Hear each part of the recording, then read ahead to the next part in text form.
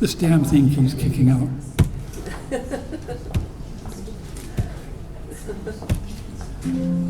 Anybody know any magic words? Okay. I just wanted to mention that we're meeting in the territories of the Songhees and Esquimalt nations and to give them a shout out. So, tonight's presenter is Elizabeth Purdon, and everybody knows Elizabeth and Bob here. I know there's a number of adventurous couples that belong to Siska, but I don't know anybody that's done what they've done over the past. I was so impressed on their... Can't hear you, Fred. Okay. I was so impressed on their trip to the Gold Stream, no, what was the name of the river? The Coppermine. Coppermine River, when they both paddled for over a week with COVID. I mean, that's just unbelievable, you know. What you do to survive out there is amazing. Anyways, there's a number of people in this room that we went down as a group to the Baja a while back, and I've been down there before, and it's a very special place, and it's just so lovely and so completely different than our rainforest. Elizabeth has been down there 14 times, and what she's done is put together a compilation of these trips, and that's what we're going to see tonight. But before we do, I want to tell you a little story. She was asked by BC Marine Trails to do this, so she worked her butt off and put all these slides together and the stories and stuff, and she starts it, and BC Marine Trails does their meeting by Zoom. So she's at home sitting in her home office, nice and cozy and warm, and some guy in a car hits a power pole down the street from her and she loses her electricity. So they didn't get to see the show that we're going to get to see tonight. So Elizabeth, please come on up. Well, thanks everybody for coming. Normally, I said this before, but I usually have to pay my family to look at my pictures, so it's great having people voluntarily come to look at them. So I am a bit of a Baja addict, and anyway, so I'm hoping to just kind of show some general pictures, give people a basic idea of what the trips down there are like. And you know, most of my trips have been guided trips, but I also have a few ideas if you want to do trips on your own without guides, and the kinds of things you can do. So this first picture here, I just love it. I love looking back at those mountains on the Baja Peninsula, and I'm definitely a Baja addict. So in case you didn't know, that long finger pointing down to the equator is the Baja Peninsula. And when we talk about kayaking there, most of the times it's in this Sea of Cortez or the Gulf of California, it's also called. And I'm sure that Trump approves of that name. And there's this long spine of mountains that goes down most of the center of the peninsula. So that's part of what makes it so attractive to me. And this shows just a little bit more of the towns that I'll be talking about. Cabo San Lucas is right down at the bottom here. La Paz is one of the kayaking centers in these islands. And further north is Loreto and kayaking around these islands.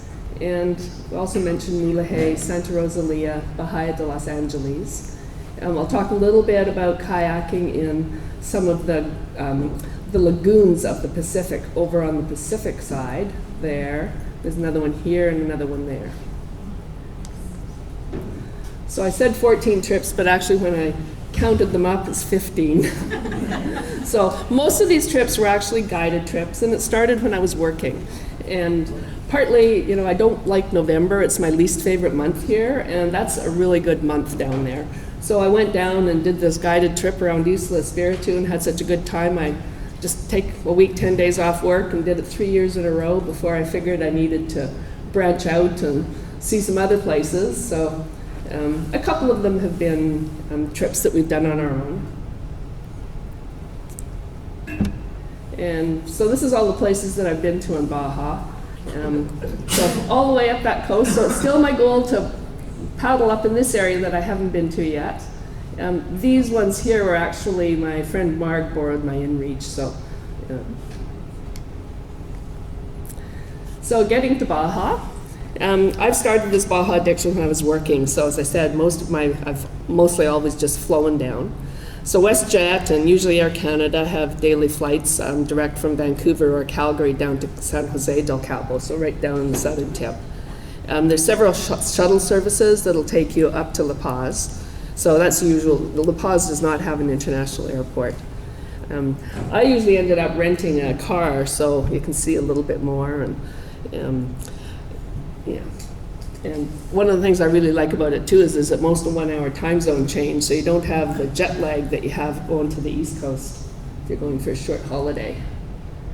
And I really actually like driving in southern Baja. There's a lot of other things to see and do, and we always feel very safe. I don't drive at nighttime because there's lots of cows and cattle and horses and things on the road, but evenings around town is fine, but I would not do the trips between towns in the dark.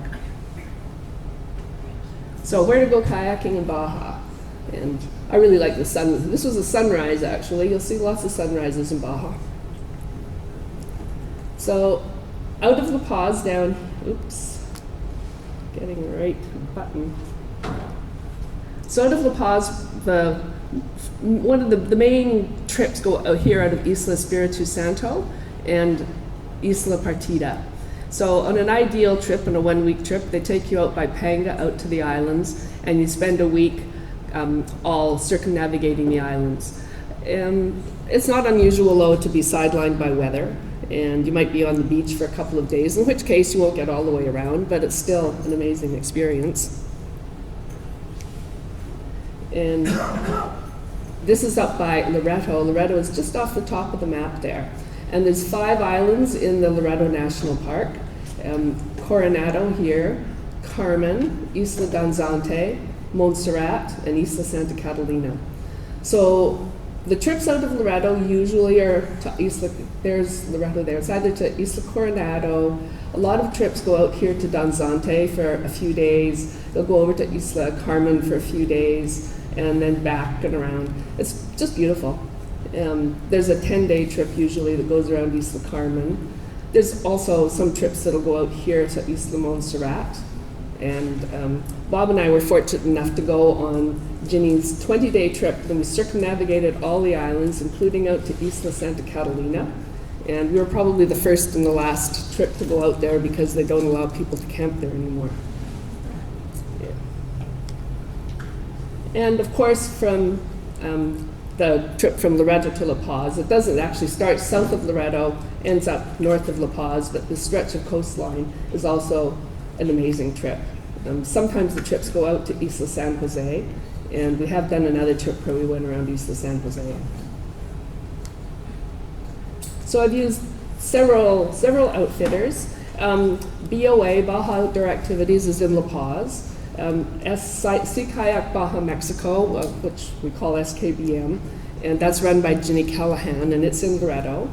And we've also done this Baja Fest in northern Baja that I'll talk a little bit more about.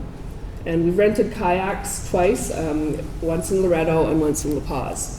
And I did do a handout that got sent out with the initial invitation, and it's got all these companies and the links on them so that you can find the information. There are more companies that do trips down in Baja. There are some companies from here, from Ontario Sea Kayak, can't remember what they're called, but they contract with SKBM. Black Feather contracts with BOA. So you can also do it with other people, but we've only just done them directly with the companies. So SKBM has pretty good kayaks. They're pretty much all NDK kayaks. They've got great guides. Their focus is really on the Loreto Islands and some Loreto de La Paz, but they do some further distant trips. They've got good quality rentals. You can rent their kayaks. There's not usually a double kayak on the trips. She's actually pretty expensive. It's all in American dollars now, and with our Canadian dollar, it's like, gee whiz, we pay a lot of money to go on a guided trip down there now. It didn't used to be so bad. And that's just an artsy picture. And that's a fleet of the NDK kayaks out on, actually, Baja de Magdalena. Okay, you're good here. Okay. I replace the batteries. And so BOA out of La Paz. has older kayaks, but they're very well maintained. They always pretty much have 2 doubles on a trip, so you will have to, unless you really want to be in a double, you'll be taking turns going in and out of the doubles. They keep the kitchen equipment in one and Paco in the other. I'll show a picture of Paco. Their cost is a little bit less. They also include happy hour and the hotel on either end that SKBM does not include. And their costs, even with that, are significantly less than SKBM, so sometimes it's worth putting up with not such fancy kayaks. Their groups might be a little bit larger. In the past, my trips with SKBM had pretty small groups, but the last one was actually pretty big, so I'm not sure where they're at with that. What do you mean by expensive? Less expensive? It's about 1,000 for SKBM. A 1-week trip is probably pushing 3,000 American, and it's about 1,200 for a week in La Paz, American. It used to be, when I started going down there in 2009, it was 900 American for a week, and generally I think it's about 1,200. Maybe it's 2,500 for a week in Loreto. So. What do you consider large and small? The last trip I did with SKBM was a northern trip for 15 days, and there was 13 people, including 3 guides.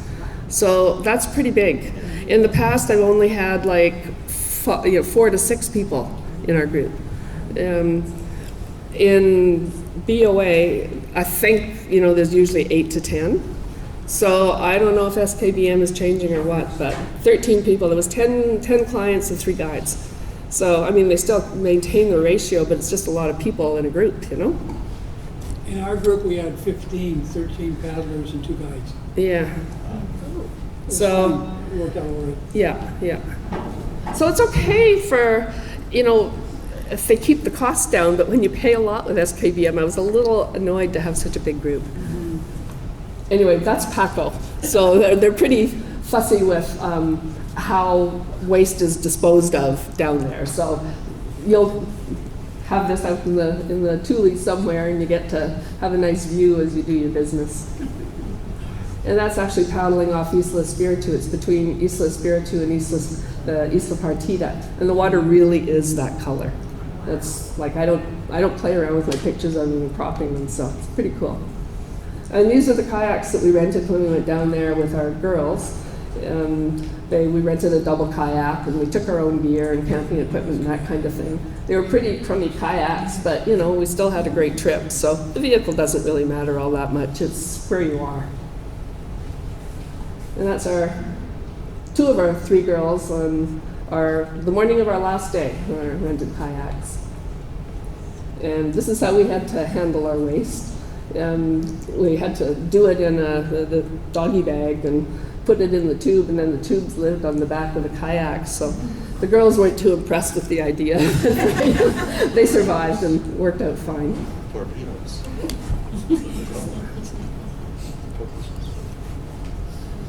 Okay, so when to go kayaking in Baja.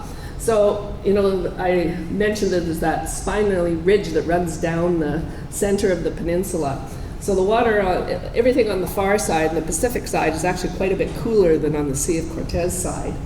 And northern Baja weather is quite similar to Southern California. So they tend to get all their storms and things in the rainy season, coming from the Pacific Northwest. But Southern Baja tends to be more, their storms are during the hurricane season, so July through October. And so it also depends on, what you want to do when you're there. So if you want to see whales, like that's the winter time that you might see whales. Yeah. So basically the summertime, the only time that people don't like paddling in Baja is the summertime because it's just too hot. Like it's, well over 30, even to 40 degrees, right? So, you don't want to go paddling then. And, it's windy. You can get winds at any time of the year. It tends to be worse in the wintertime, December, January, February, but you can also have beautiful days then. And I really like the fall. This is not a very good picture, but, when in the fall, the water is really warm. So when you're paddling and you just want to hop out and cool down and get into this nice warm water and go snorkeling.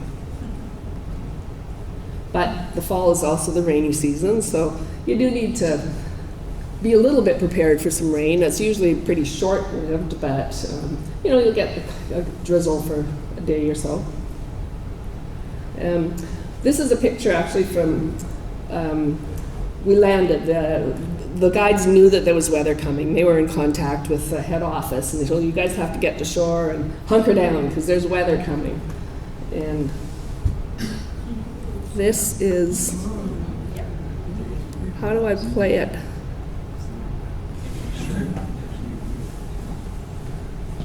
I'm not sure. We practiced it. This is the one that I know. it wasn't in presenter mode. Yeah. Anyway, we won't worry about it. I can make some sounds. We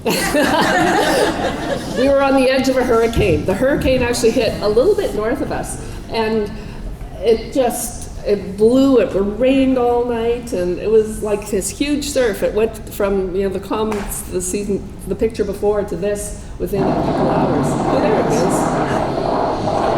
Anyway, that was so it's a good job we were on shore. And that was the next morning, and the tents were all broken, and they got shredded on the cacti and prickly trees. So they evacuated us. They told us, okay, there's a village, Timbabiche. It was about 5 kilometers away through the dunes. So anyway, we went to the village, and I guess the villagers knew we were coming. I think the company had contacted them. So the village men, this was the arroyo that we had to cross to get to the village. So they had strung up this rope so that we could cross. And we ended up spending the night in the school, and there was another group that was there too that had evacuated from somewhere else. So it was actually quite the experience. And the next morning when we left, that's the same place. The water was completely gone. Sun was out, it was amazing. So you do get these El Norte winds. They're from the Santa Ana winds that we hear about in California. If there's a low down in the Pacific further, it just funnels the wind down the Sea of Cortez. And with a true El Norte wind, it'll just go day and night for several days, and you're stuck on shore. There's nothing you can do about it. In the wintertime, they still tend to get a lot of north winds. It might not necessarily be these bad El Nortes, though. This is when I was paddling with Freya, and this was a couple days that we were stuck on shore. She doesn't like paddling into headwinds either. The wind is almost always from the north.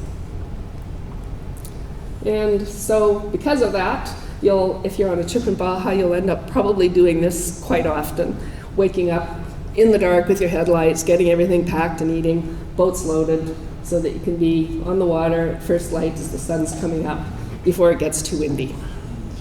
So this was just actually the last northern trip I did. But this was a January day with our girls, and it was beautiful. And this was with Freya in February. And we'd had all those other north winds, and the day we had to do a 23-mile crossing out to this island. And it was like this all day. Like, it couldn't have been better. So, and that leads me to this picture. So that crossing was to this island called Isla San Esteban.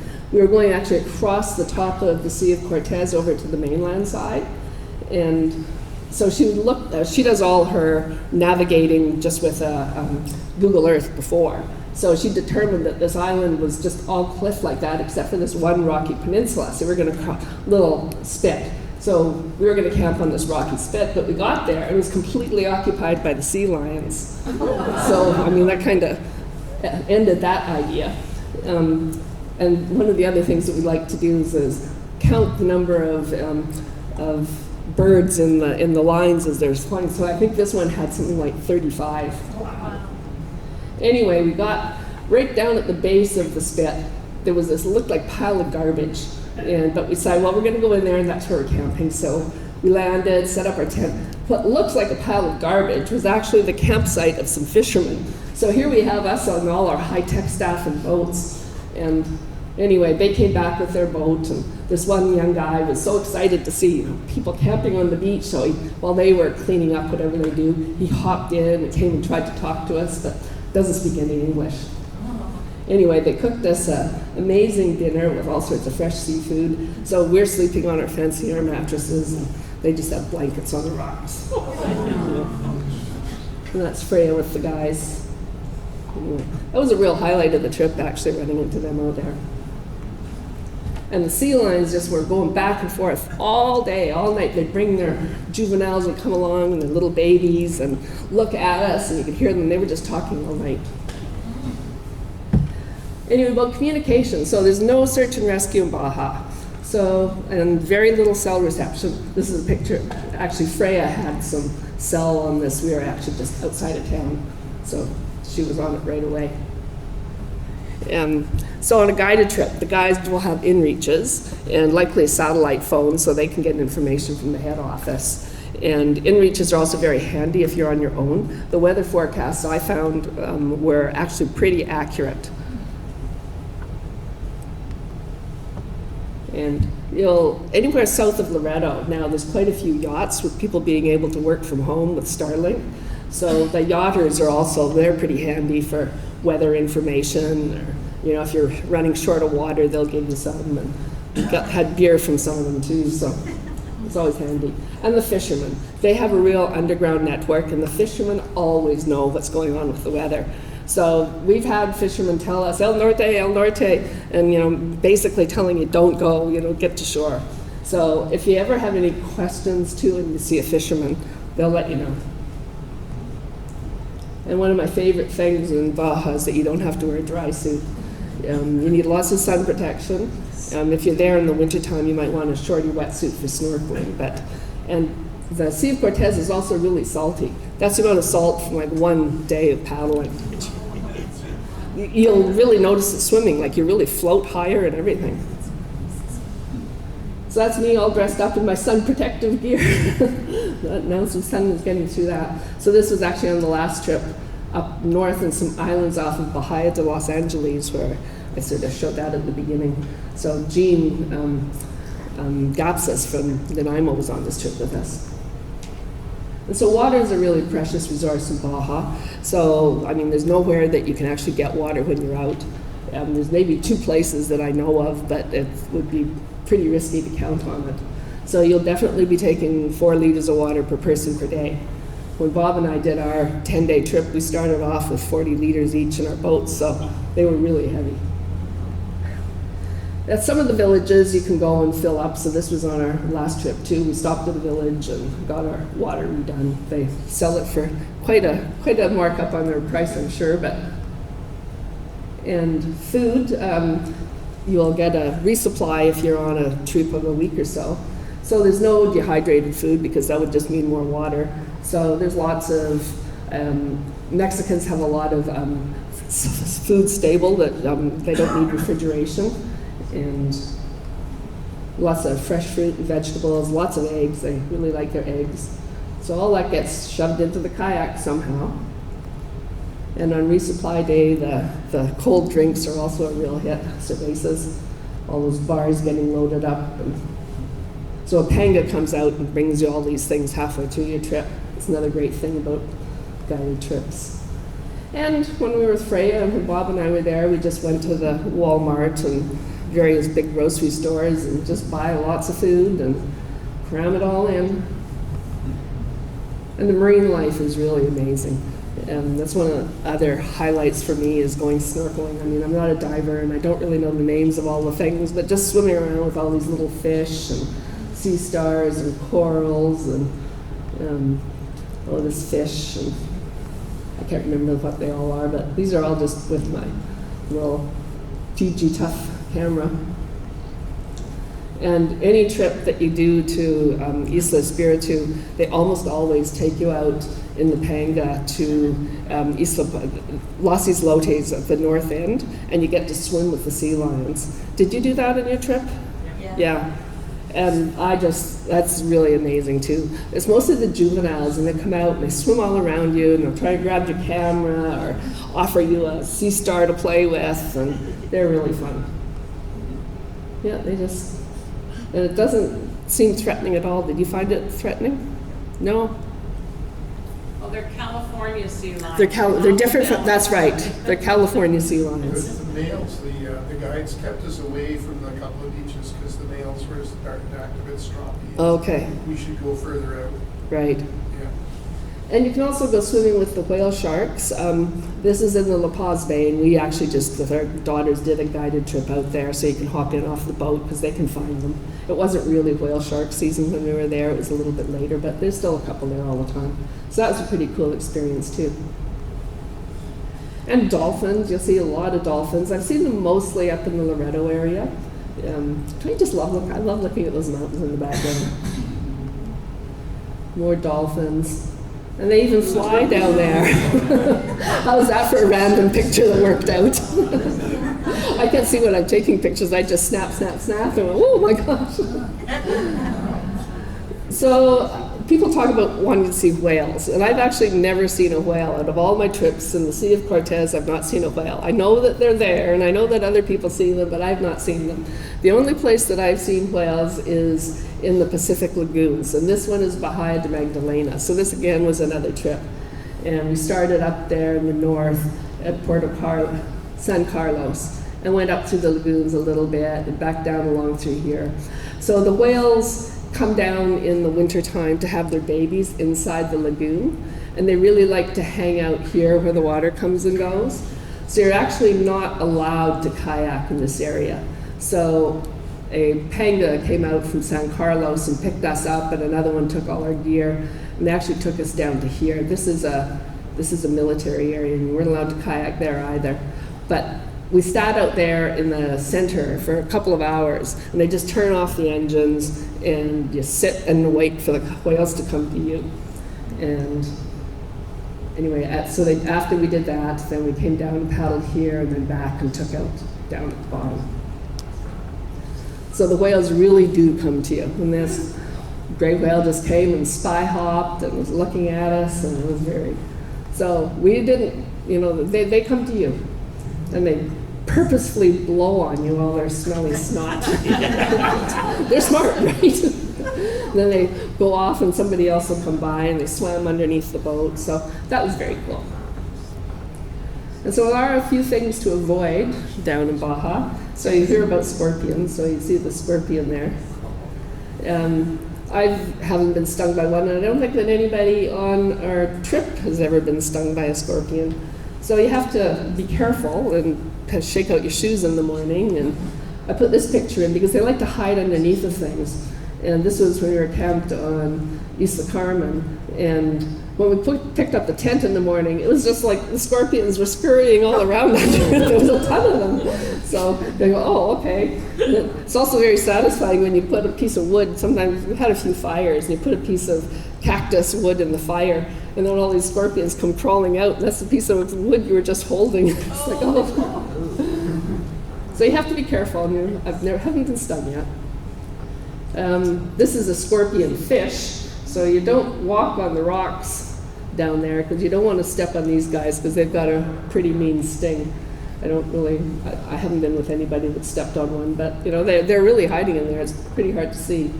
I don't have a picture. There's a lot of stingrays down there as well in the sandy beaches, so you have to do the Baja shuffle like this when you're in the sand to scare them away so you don't step on them. And there's so many birds down there. It's a birder's paradise. They're just great entertainment. Lots of pelicans. I love watching the pelicans. This old guy came and sat with us one time for the whole evening. I think he was habituated to fishermen. It was like he was waiting for a handout, but we only had our dried dinner to give him. And anyway, he was there for a few hours. You couldn't quite touch him, but he would sit right there beside you. And as I said, they're great evening entertainment, just watching there at the beach. And we couldn't tell Ginny that we actually landed her kayaks in the surf on the rocky beach. She wouldn't have been happy. And these are frigate birds, and there was a frigate bird colony that we went by. You'd see them in quite a few places. They mostly get their food from stealing from other birds. They don't dive. I think they can scoop up fish that are right on the surface, but they're great foragers and they fly huge amounts every day. So in Baja de Magdalena, there was also a frigate bird colony that we camped next to. And at night, you watch them, thousands of birds coming back to the colony, and then we got up, in the morning and watched them setting off at dawn again in their hunt for food. Not a very good picture because I don't have a fancy enough camera, and of course, you see lots of these guys around here too, but with Freya, anytime there was some of these guys on shore, we'd all have to stop and see what the dead thing was, because she's so into dead things. And ospreys, there's a lot of the ospreys, and they like to decorate their nests, so this guy has his bottle hanging off of it, and oops, why did I hit the wrong button? There you go.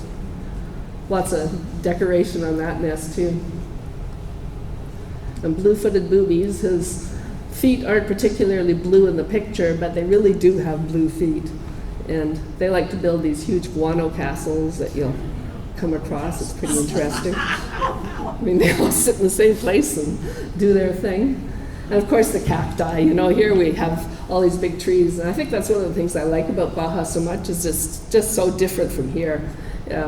These huge barrel cacti are endemic. This was on Isla Santa Catalina, and they're endemic to that island. And there's also a rattleless rattlesnake there. So this is the island that nobody can land on anymore. So we were really lucky to be there. And these are bujum or cereal trees, and these are north of, there's a whole protected area again north of Loreto. And of course you'll do lots of camping on beaches and sand. So this is a pretty famous beach on the north end of Isla Carmen, El Refugio. Normally, when we were there the one time, it was just amazing snorkeling, but it was kind of cold and windy when we were there, so there was no snorkeling this trip. And that's Freya's of my tent. This is a beach on the southeast end of Isla Espiritu Santo. Did you get to this beach? Yeah, the southeast corner. And this was camping on the sand dunes by Baja de Magdalena. That whole peninsula, the whole thing sticking out is just like one big sand dune and mangrove. And this is a long, sandy, windy beach in the north end. We were stuck here for a day or two. You can just see the back there. That's all just blowing sand. We were protected at this end of the beach, but. And this was a beach walk one evening. We heard that there was a little settlement down at the far end, so the rumor was that you could get fish and chips and beer down there, so we had to walk down, and sure enough, they had fish and chips and beer. So it was great. And you'll do some camping on rocky beaches, too. But with our air mattresses now, it's just as comfortable, as long as you don't get a hole in your mattress. And these are the beaches that Bob seeks out. He hates sand, so this is a typical Purdon campsite with junk spread out all over everywhere. And there's amazing cliffs and rocks. It's mind-blowing, actually. So it's a geologist's paradise as well. Like just these big spires and green and red and white, and I don't know if you see Freya down there. Amazing, hey? And some arches. I think we were going back for the second time here because we got the coast on the right instead of the left, so we were heading south to do another tour through the arch. And this whole green cliff area of Baja, what's it called? Anyway, it's off by Isla San Jose, and it's whole green cliffs and rocks. So if you get stuck on shore, it's really not a problem to keep yourself entertained because there's no undergrowth. You can walk forever. So you can go for all sorts of walks. This is actually on Isla Carmen. Looking back, Loreto would be over here. There's Bob going for a walk. And this is looking back on a walk on, that would be the settlement at Bahia de Los Angeles back over there. And this was on the east coast on a windy day. You can see all the white caps out there. So this is the east coast of Isla Espiritu Santo. And when we were there with our kids and another, we were stuck for about 3 days, and there's our daughter doing a selfie up on the cliff. She's the social media girl. So if you want to drive to Baja, which I haven't done all the way there yet. I mean, it's a long drive, it's a long way. 38 hours of driving, according to Google, from Victoria all the way down to La Paz. And so I have been on the road from San Diego 10 hours south, actually down to about 10 hours, took us down from San Diego here, took us down to there. So this is a very typical gas station. This is the van that we were in from SKBM, and some of you will recognize this is another gas station. I think he's here this evening. And a bathroom is either behind a cactus or in something like this. So I just had a list of a couple places that I thought if you want to do your own trips, certainly any of those Pacific lagoons would be a fun place. If you were driving down and had your own kayak, you could stop at a couple of places. Baja de Los Angeles, there's those beautiful islands. A couple of slides ago, I showed the picture looking back at it. So that is another beautiful area to paddle.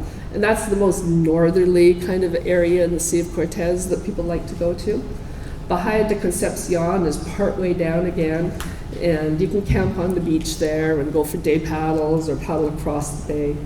And you can paddle in the Loreto Islands, but it is a national park, and you do need a permit to be there, and you have to give you have to let them know where your campsites are and things, so SKBM could help you with that. But certainly you can rent kayaks or go there with your own kayaks, but you do need permits. I mean, it was so much that they forgot to actually give us our permits, and we were like 3 days into the trip on the far side of Isla Carmen, and they drove out there. They chartered a boat and took us out there to bring us our permits because they didn't want their company to have a bad name, that they'd forgotten to give us the actual piece of paper.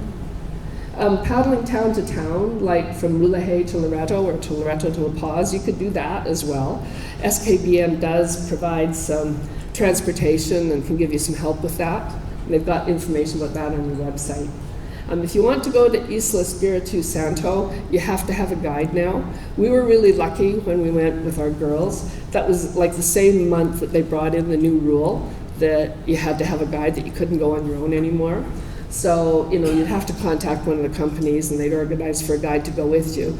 It would probably still be similar price to going on a guided trip, but at least you've got the freedom to do what you want.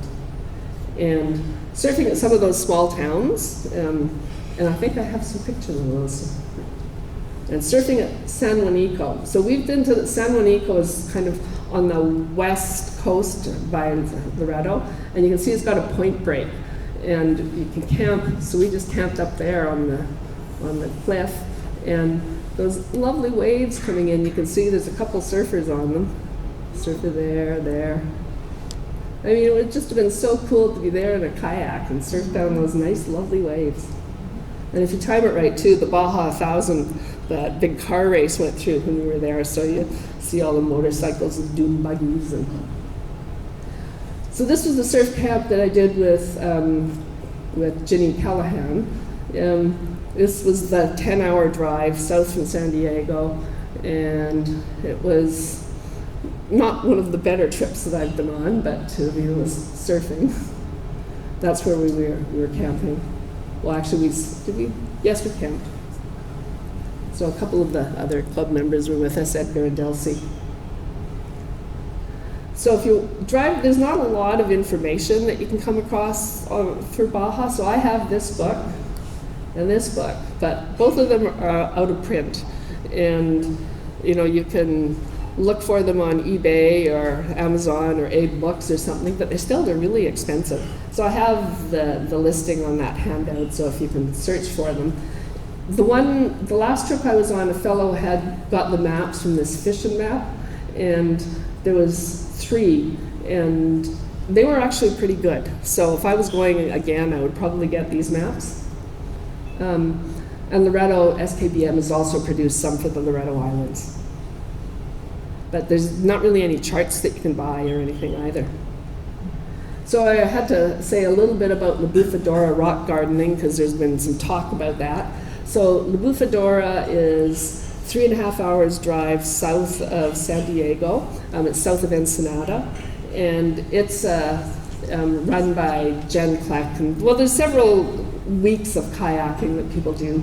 There's Bill Vonnegut from Oregon does a week down there. There's a fellow from Quebec that does a week. Then they have this Baja Fest where there's a bunch of people. And there's basically a 6-mile stretch of coast with all these great places and features and that sort of thing. So you camp. This is their kind of clubhouse there, and then those are our tents, and you camp along here. And this is the put in, so it's a surf launch to get out, and then there's just all these rocks and great places to play. So there's features, this one's called Double Trouble because there's a pour over that 2 people can go over at the same time, so that's pretty fun. And it's like they've got a safe landing on the other side, so if you go over, it's not a big deal. And this one's called the elevator, so you back in, and the wave, it's just up and down, like there's no crashing, so it takes you way, way up, and then way, way down. So where I was way up there at the top of the waves. Anyway, so yeah, people have gone over when we were there, and you just get flushed out. Anyway, this was our last night with our girls on our trip to Sunset, and so the sun is setting on my presentation too. So anyway, there we are. Thanks for listening.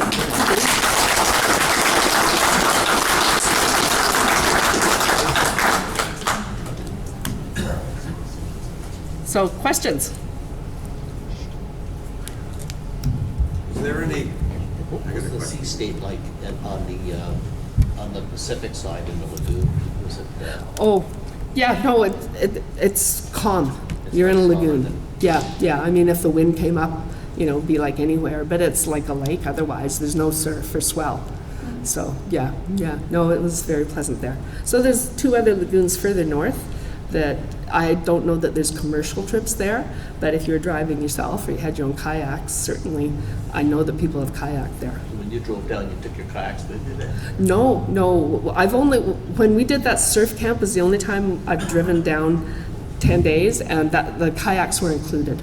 So we didn't take our kayaks. We actually flew to San Diego, and then they picked us up in San Diego and drove us 10 hours south. Yeah, that was part of the trip.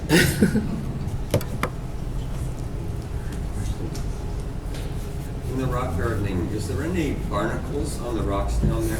No, there's clams and mussels.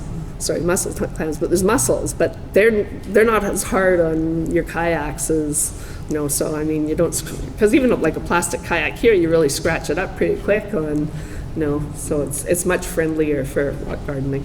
If you get stuck on top of them, you just wait for the next wave. Yeah. Anyway, if anybody has other questions, certainly you can email me, and maybe we can get Fred to send out the link to my little document so that if anybody wants it, or put it on the web or something. Right, if you look at the announcement, the link is in there, and you can open it and then print it off yourself. That's probably the easiest way. Yeah. I'm really curious, how many people in this room have gone down to the Baja before? So that's impressive. That's really interesting. This certainly brought back a lot of good memories for me from my trips down there. Do I have the record for the most trips? Oh, yeah. Yay! You got more? 5, I think. 5, okay. Anybody else have more than 5? Yay. Well, I'd like to go down there with Morley sometime too, because there's tons of archaeology, right? And I didn't touch on that at all, but that would be a really interesting trip. And I know Ginny has done trips down there with a geologist, and that would have been really interesting too, to hear more about the geology, but an archaeological trip would be great. When's your next trip down there? I don't have one planned. Yeah. And I didn't do one in 2024, so I'm due. Just want to add a couple of short things. I forgot to bring you a mug. I have one. Okay. When I was down there almost 25 years ago out of Loretto, there was Puerto Escondido, just south of town, which is not to be confused with the one on the mainland. And it was a marina that was built by the French under Ventura, but it was never finished. So all of the infrastructure was built without the buildings, but all the docks and everything was put in. And it's a haven because it's a completely protected cove where boaters come in and tie in, and they can get rides into Loretto and not.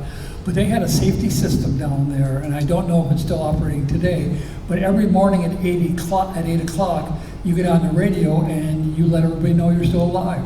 And that way they kept track of you. So when we were down there in our kayaks, we said, well, we'll call you every morning if you don't hear from us. And I don't know what, they have actually gone out and tried to pull out people in rough weather outside Loretto at various times. And when I was there, I actually saw the Canadian Navy. It wasn't much of a boat, but they were out there. So. It does still operate. Okay. Yeah, I don't think it's maybe as quite as official as it was now because of things like Starlink. Right. Okay. But no, they do. There's a bunch of them. Okay. And you know, you need to take the weather there seriously. There was, probably 15 or 20 years ago, 3 women from BC that were in a double and a single, and they were on Isla Coronado going to paddle across to Isla Carmen. And the fishermen were telling them, El Norte, don't go. And they went anyway. They ended up in the water. There's no search and rescue. They had VHF radios, so they were able to contact the marine port in Loretto. And, you know, so it's just the fishermen that are going to go out looking for people. So the fishermen did go out, and they did get the 2 women that were in the double kayak, but they never got the woman in the single kayak. She was talking to them on her VHF radio for like 24 hours, and they couldn't get to her, and she didn't make it. So, you know, and they said, you know, if they'd have listened to the fishermen, you know, and stayed on shore, they'd have been okay. Because those El Nortes come in really quickly. And somehow it's like it's in their bones. They know the weather. Yeah. I was down there shortly after that happened, so there was a lot of talk about that. And a lot of the boaters from the port in there went out looking for it at the same time. It's a really good example of what happens when you go out on the water and you don't carry flares or markers. Because if she had a flare, she'd be alive today. Because all you have to do is shoot 1 or 2 out. Because if you've ever been out in rough water like that, it's really hard to see another boat. It's almost impossible. So. Anyway, we should end on a better note, though. Yeah. Anyway, so if anybody ever has any questions about kayaking Baja, just send me an email. I'm always happy to answer questions and talk Baja. Thank you very much. Very interesting show. We're scheduled next month to have 2 naturalists come down from Duncan that are going to talk to us. And I've seen their presentation, and it's quite good. And you should get copies of the information in the mail coming up. And I have nothing else. Does anybody want to make any comments or suggestions or announcements of any kind? Oh, I did have an announcement. Purdons have a lot of gear. We're not super organized. And in the last little while, I noticed that we have an extra spray skirt. Is it the seals or the other round? Anyway, it's an extra large, and it doesn't have the Velcro. It's got the tube waist. So if anybody here is missing a spray skirt or knows of anybody, it's not ours. Is that the one on the back table? No. Okay. No. It's in our car in case somebody here knows of it. But if anybody knows they're missing a spray skirt, let me know. I should put it in there. So don't forget the March 1st gathering at the Fernwood Inn if you all want to attend. And if not, hope to see you on the water or at our next meeting at the end of March. Good night, drive safely, and take care.